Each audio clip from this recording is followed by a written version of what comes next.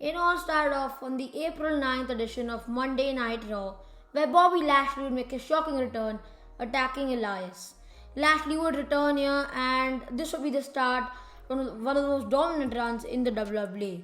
After returning, he feuded with wrestlers like Sami Zayn, Roman Reigns, and even tagged with John Cena. Bobby Lashley overall had a fun 2018 with some alright feuds. He even tagged with Braun Strowman, and it was alright 2018 for Bobby Lashley.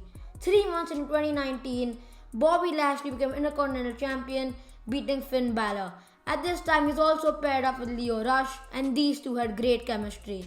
Being paired up with Lio Rush really helped Bobby Lashley, as Lashley wasn't the best talk on the mic in the WWE, and he was alright, but he wasn't really good.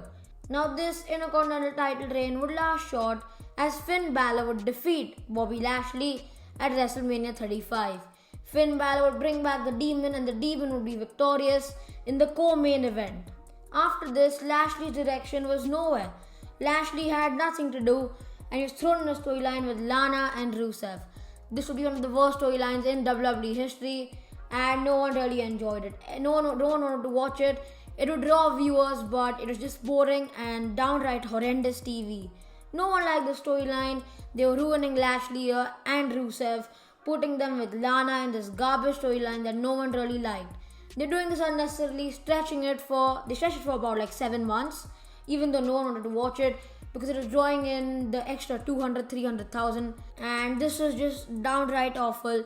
No one wanted to see it. It finally ended after Bobby Lashley lost to Aleister Black at WrestleMania 36. Lashley was tired of this nonsense, and he paired himself up with MVP. He divorced Lana, and Lana was no more in the picture, as Lashley was now managed by MVP. MVP saved this man's career. He was a laughing stock at the end of 2019 and start of 2020, but MVP changed that, and Lashley on the title shot against Drew McIntyre. He lost though because of a distraction by Lana, but it still made Lashley look strong as he was inserted into the United States title picture just after. MVP feuded with Apollo Crews for a while before Lashley finally got a shot at the United States title at Payback. Here, Lashley would be successful, becoming the new United States champion, and he made that title look prestigious.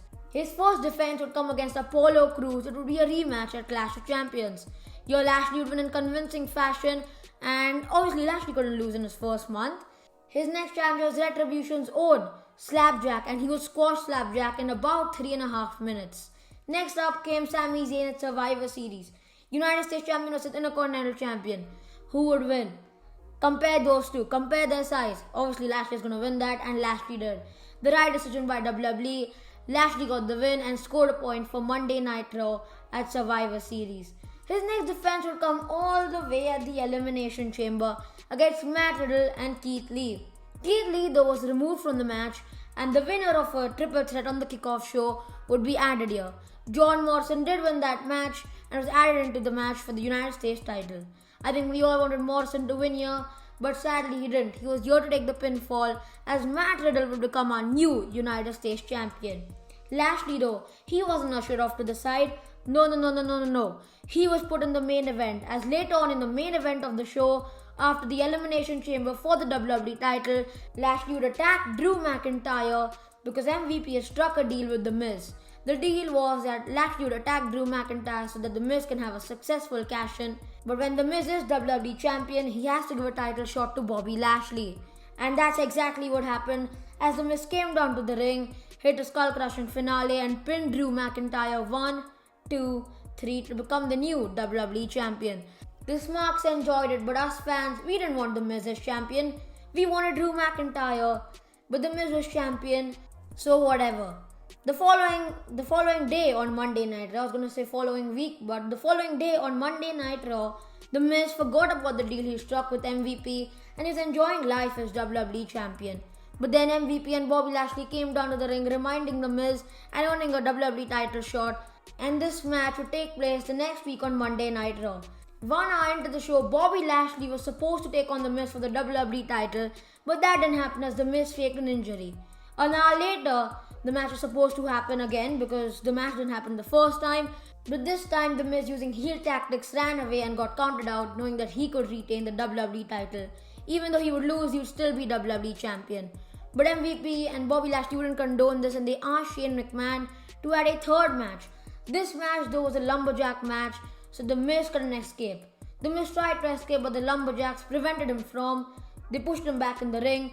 Lashley hit the Hurt Lock and was your new WWE champion. A great moment for Bobby Lashley. After so many long years, he finally got a wish of Bobby Lashley being WWE champion. His first title defense came at WrestleMania, the grandest stage of them all, against Drew McIntyre.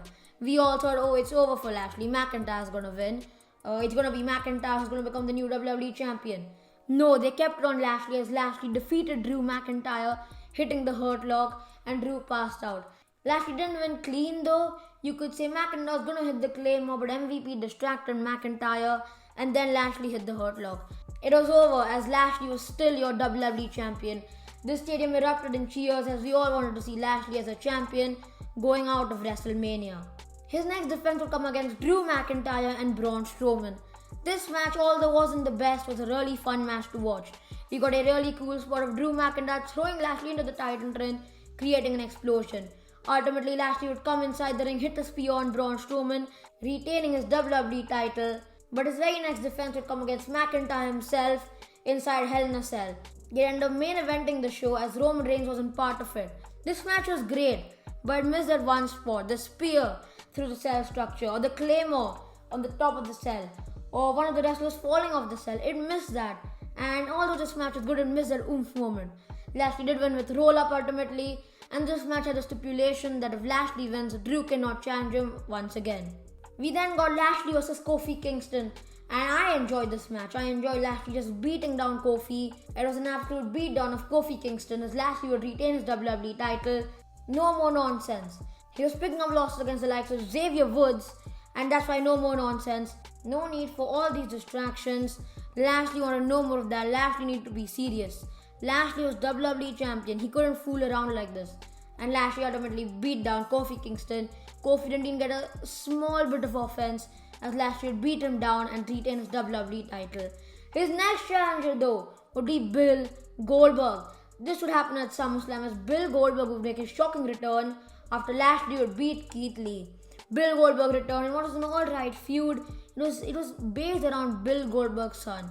You have these two behemoths in Bobby Lashley and Bill Goldberg, and you do it around one of their sons? No, doesn't really work like that. It was an alright feud nonetheless. The match was what it was. Surprisingly, it wasn't a finisher fest, and the match didn't end clean as MVP would hit Goldberg with his cane, and that would cause Goldberg to have a leg injury. Lashley would target Goldberg's leg after the match as Goldberg couldn't continue to wrestle. Lashley would get the win by default, but Lashley wasn't over with Goldberg as he beat down Goldberg's leg. After that, Goldberg's son tried to save Bobby Lashley, but that wouldn't work as Lashley hit the Hurt Lock on Goldberg's son. That was it for SummerSlam. Now we come to present day. Lashley is supposed to defend his title against Randy Orton at Extreme Rules. The match I predicted, by the way. You can acknowledge me as your king predictor. The king of the predictors. But anyways, Lashley set to defend against Randy Orton. It should be a fun match. I really want Lashley to retain. There are some rumors saying that Randy Orton might actually win it. But I want Lashley to retain the title. I think Lashley's been a great champion. He should go into WrestleMania as WWE champion. I think he deserves it. He's had a great reign as WWE champion. He has feuds with AJ Styles, Sheamus, Jeff Hardy and Brock Lesnar left. So hopefully he's WWE champion till WrestleMania 38 and we can cover these feuds and enjoy them. Let me know your thoughts on Lashley's title reign in the comments down below. I think he's had a great title reign. I still can't believe he's the same guy that was paired up with Lana and Rusev in like the worst storyline of all time, and now he's a WWE champion, and that too at his age. He's putting on absolute bangers even though he's 45. He's been a great WWE champion and I hope to see more of Bobby Lashley.